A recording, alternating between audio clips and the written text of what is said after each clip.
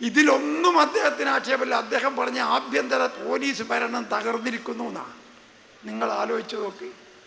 ഇന്നലെ പോലും മിഞ്ഞാന്ന് രാത്രി നമ്മുടെ സാഹിത്യകാരനായ MT വാസുദേവൻ നായരെ വീട്ടിൽ നിന്ന് 30 പവൻ കളവ് പോയി.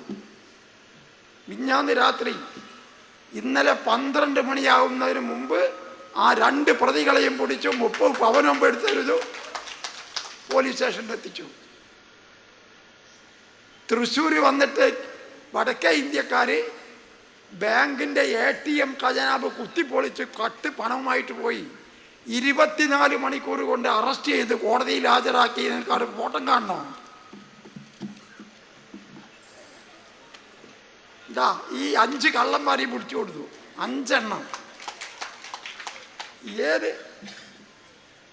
ഏത് വിധത്തിലാണ് പിടിക്കാത്തത്? ആഭ്യന്തര ഭരണത്തിന് എന്താ ഇവിടെ കുഴപ്പം? അൻവർ കണ്ട ഒരൊറ്റ കുഴപ്പം മാത്രമേ ഉള്ളൂ. അതെന്താണെന്നറിയോ? കള്ളക്കടത്ത് പൊന്നു കടത്തുകാരെ പിടിക്കണ്ടേ? അദ്ദേഹം TV ചാനലിൽ പ്രദർശിപ്പിച്ചുകൊണ്ട് ഒരു ഓഡിയോ കാണിച്ചു.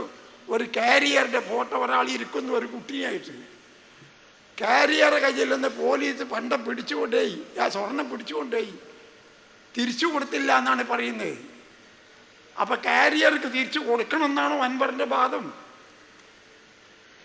കൊണ്ടെന്ന കള്ളന് തിരിച്ചു കൊടുത്താൽ അത് പിന്നെ അൻവറിന്റെ വീട്ടിലെത്തും എന്നല്ലേ എൻ്റെ അർത്ഥം?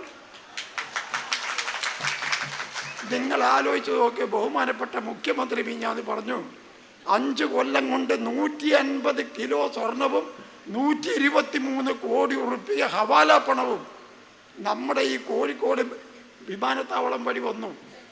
കോഴിക്കോട് എന്ന് പേര് മാത്രമുള്ള വിമാനത്താവളം മലപ്പുറത്താണ്.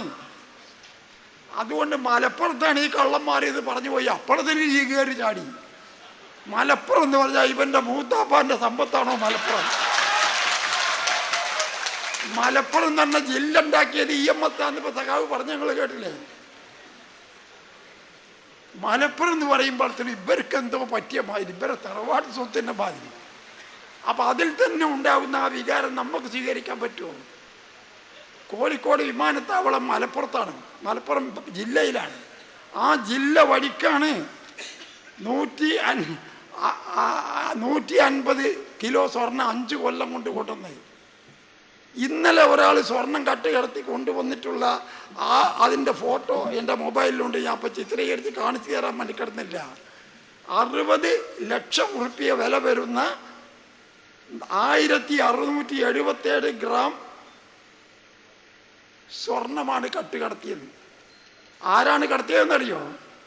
അതാ രസം. മുനീർ ബാബു, KMCC, മുബീർ ബാബു, ഫൈസി സഖാഫി വഖാഫി എന്നൊക്കെ പറഞ്ഞ ഞങ്ങൾക്കറിയില്ലേ? നമ്മളെ മുസ്ലിയറാണ് ഫൈസി. മുനീർ ബാബു ഫൈസിയാണ്. അതും മുസ്ലിം ലീഗിൻ്റെ വിദേശത്തുള്ള സംഘടനയായ KMCCയുടെ നേതാവ്. അയാൾ എങ്ങനെയാ കൊണ്ടുവന്നതെന്ന് പറയാൻ ഈ പെണ്ണുങ്ങൾ ഇവിടെ ഇരിക്കണമുണ്ട്.